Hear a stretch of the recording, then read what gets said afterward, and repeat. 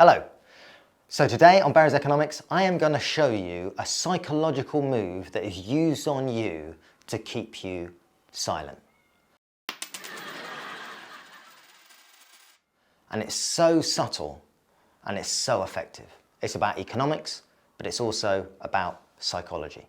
And you will have heard it from everyone, like from the Jacob Rees-Moggs of the world, all the way down to the polite, reasonable-seeming Rory Stewart types. The left has always used capital taxation as a means of class warfare. I think your class anger is not letting you see some of the realities of politics. This reeks of prejudice and propagates a class war. This is really yet another example of class warfare, very much at its best. Increase, in essence, taxes on the wealthiest. Some say that's promoting class warfare. Class warfare may be clever politics, but it's terrible economics. So wealth taxes, I've been thinking about how useful a wealth tax could be at solving inequality. Wealth tax? No, that's class war. Class war you're talking about. Oh, no, sorry. Sorry, I didn't say the word class. I said wealth. Actually, why are you bringing class into it? Well, it is class. It's class war. No, sorry. I think I'm saying that my experience of the current situation is that it's quite unequal and unfair. I'm really sorry. I didn't declare war. It's interesting, isn't it? Accusing me of starting a class war, like what does it do?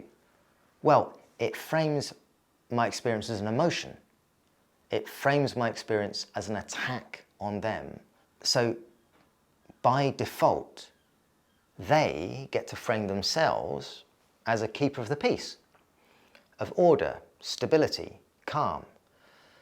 And that framing, that bias is very psychologically effective because I can't be responsible when I'm at the wheel because I'm emotional, whereas they are the calm keepers of the peace. Often they don't even know they're doing it. They actually think they're being helpful. They are acting for the greater good. Like, I believe that's Rory Stewart. Rory Stewart absolutely believes he's acting for the greater good. Do you ever worry that some of these things are getting overlapped and overlaid in your mind so that anger, class, family backgrounds, school, masculinity are feeding in ways which are misleading you? So there's a psychological bias called affect dismissal, which is, it's a systematic way of undermining anger, fear, grief, or frustration. Basically, the idea is that if somebody is emotional, that is proof that they're out of control. So if you're angry, your argument must be weak and ideological. You're blinded by your emotions. You're not rational. You're not rational like our calm, composed assessment of things. For a long time, it was leveled at women in the home or the boardroom if they got upset about little things like sexual harassment or equal pay. You seem emotional. What is it? Your time of the month? No wonder you get upset about your unequal pay and all the slaps on the arse and, you know, all the other things. It's because you're so emotional, isn't it? Ah, bless. Affect dismissal is both effective and convenient because if I can find a way to dismiss your anger about injustice, the injustice gets to stay. And here's the irony, is that if you weren't angry, you probably haven't suffered. Because the bias works in both directions. If you're not angry about inequality, it's because it doesn't affect you, right? And that's a bias too. It's just that theirs is invisible. And it's reinforced by what behavioural economists call system justification theory, which is, for example, nurses saying, I don't deserve higher pay, which is system justification. The system has told them their labour is noble instead of valuable. Well, we didn't get into this because of the money, did we? We love the job, and it means a lot to us, so we shouldn't be paid more. Which is the idea that people instinctively defend the existing social order even when it harms them. So when billionaires or millionaires say a wealth tax is class war, they're not arguing economics. They're activating a bias that makes you defend them. Well, yeah, I suppose I don't want to be seen as angry or irrational, and I definitely don't want to start a war.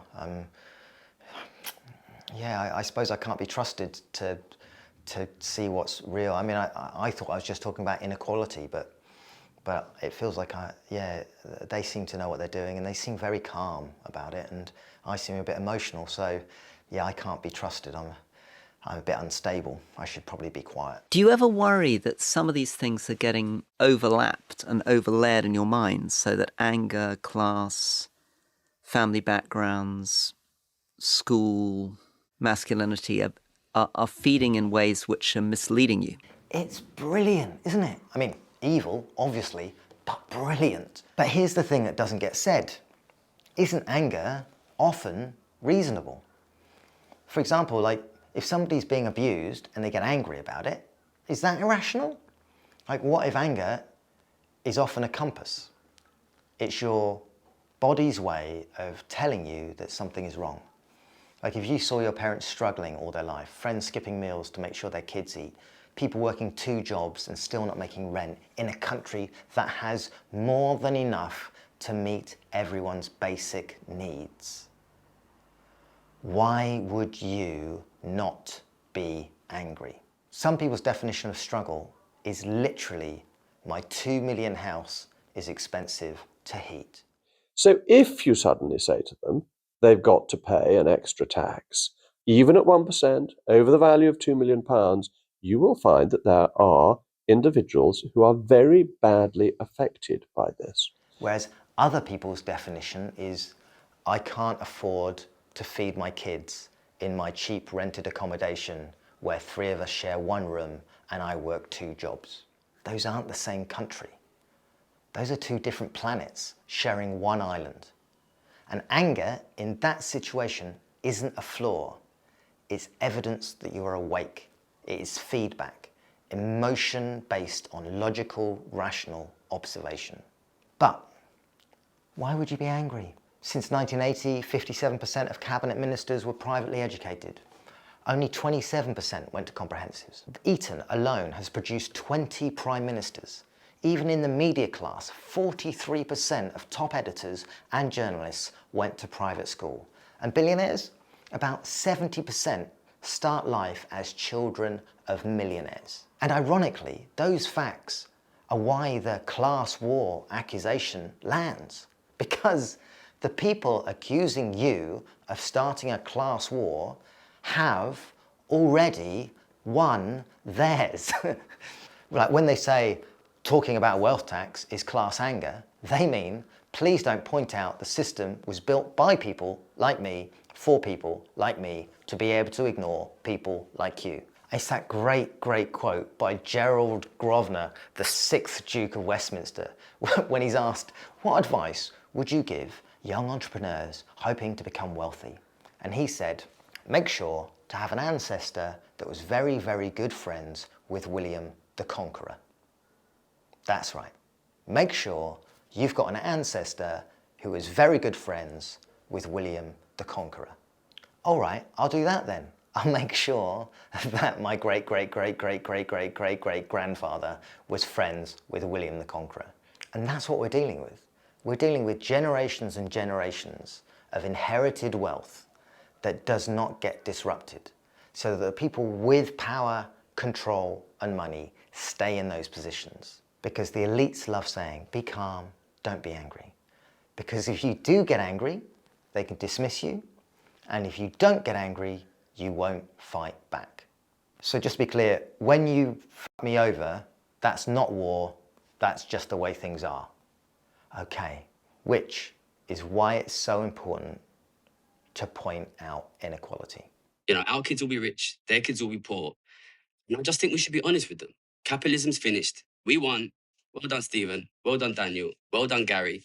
It's over now. Our kids will be rich. Their kids will be poor. They'll pay the taxes. We won't pay the taxes. We'll avoid it. I'll make money betting on it year after year. Why are we lying to them? So, the next time somebody says, why are you being so angry or upset about inequality?